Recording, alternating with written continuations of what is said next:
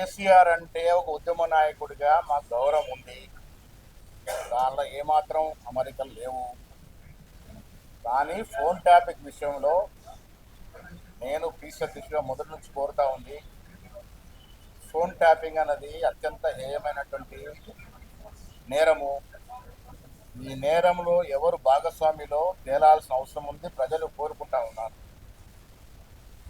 ఇప్పుడు కేసీఆర్కి నోటీసులను మీరు చెప్తా ఉన్నారు, నాకు ఇంకా సమాచారం లేదు. ఒకరు ఇచ్చినా కూడా పారదర్శకంగా విచారణ జరగాలి.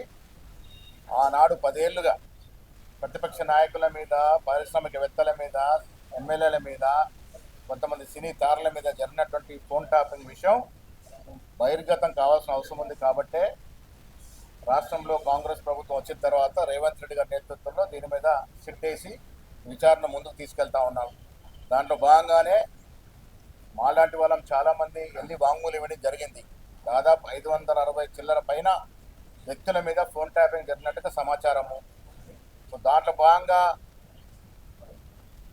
కేటీఆర్ గారిని, హరీష్ రావు గారిని విచారించినారు.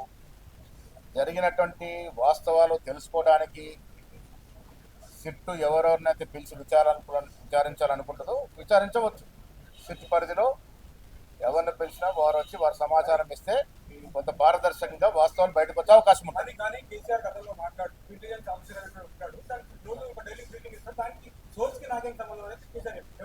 కేసీఆర్ గారు ఆనాడు ముఖ్యమంత్రిగా ఉన్నారు. ముఖ్యమంత్రి గారి ప్రమేయమో లేక వారి కింద ఉన్నటువంటి ఇంపార్టెంట్ పోర్ట్ఫోలియో నిర్వహిస్తున్న మంత్రుల ప్రమేయమో లేకుండా అధికారులు అంత సాహసం చేసి ఫోన్ ట్యాపింగ్కు పాల్పడేటువంటి పరిస్థితులు ఉండవు. ఆనాడు ప్రభుత్వంలో ఒక నిర్ణయం తీసుకుని ఉంటేనే ఆ నిర్ణయం ప్రకారమే పోలీస్ అధికారులు యాక్ట్ చేస్తున్నారని మేము అనుకుంటా ఉన్నాం. ఏదేమైనా సిట్ విచారణ సంపూర్ణంగా జరిగితే తప్ప వాస్తవాలు రావు.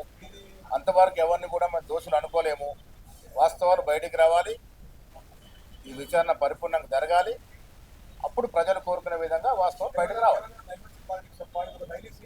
సరే, ఎవరు బీజేపీ అన్నా టీఆర్ఎస్ నాయకులు ఎవరు ఏమన్నా ప్రజలు కోరుకుంటున్నది ఫోన్ ట్యాపింగ్ వ్యవహారంలో వాస్తవాలు బయటికి రావాలని. ఆ దశగానే మా ప్రభుత్వం కూడా సిట్ విచారణ జరిపిస్తుంది, విచారణ వేసింది. సిట్ వారి పరిధిలో వారు విచారణ చేస్తూ ఉన్నారు. ఇప్పుడు 2.5 ఏళ్ల తర్వాత ఇంకా రాజకీయ కక్ష అనే అంశం ఎక్కడికి వెళ్ళి వస్తుంది? దీంట్లో ఎవరి మీద కూడా రాజకీయ కక్ష లేదు, రాజకీయ దురుద్దేశం లేదు. మేము కోరుకునే వాస్తవాలు బయటికి రావాలి.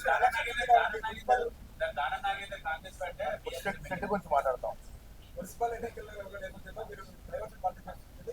మున్సిపల్ ఎన్నికల్లో మేము 75% నుంచి 90% మధ్య గెలుస్తూ ఉన్నాము. ఇంకా దీన్ని డైవర్షన్ పాలిటిక్స్ చేయాల్సిన అవసరం లేదు. ప్రజలు మా వెంట ఉన్నారు. ప్రజలు మేము ఇస్తున్న సంక్షేమ అభివృద్ధితో సంతృప్తిగా ఉన్నారు. కాబట్టి సర్పంచ్ ఎన్నికలు ఎలా గెలిచాం అంతకు ఎక్కువగా మున్సిపల్ ఎన్నికలు గెలిచే అవకాశం ఉంది. మున్సిపల్ ఎన్నికల కోసం ఎవరినో డైవర్ట్ చేసి ఏదో డైవర్షన్ పాలిటిక్స్ చేయాల్సిన అవసరం అసలే లేదు. క్లారిటీతో మెజారిటీతో ఉన్నాము. మున్సిపల్ ఎన్నికల్లో క్లారిటీతో గెలుస్తా ఉన్నాము. అన్నీ కూడా సంబంధిత ఇన్ఛార్జ్ మంత్రివర్యులు ఉన్నారు. అంతా సీనియర్ మోస్ట్ మంత్రులు ఇన్ఛార్జిగా ఉన్నారు. వారు సరైన సమయంలో సరైన నిర్ణయం తీసుకుంటారు. టికెట్ల పంపిణీ, బీ ఫార్ముల పంపిణీ కూడా ఇన్ఛార్జ్ మంత్రి గారు, ఉన్నటువంటి బీసీసీ అధ్యక్షులు, సిసిసి అధ్యక్షులు, కాంటెస్టెడ్ ఎమ్మెల్యేస్ క్యాండిడేట్స్తో సంప్రదించి ఒక సరైన నిర్ణయం తీసుకుంటారు.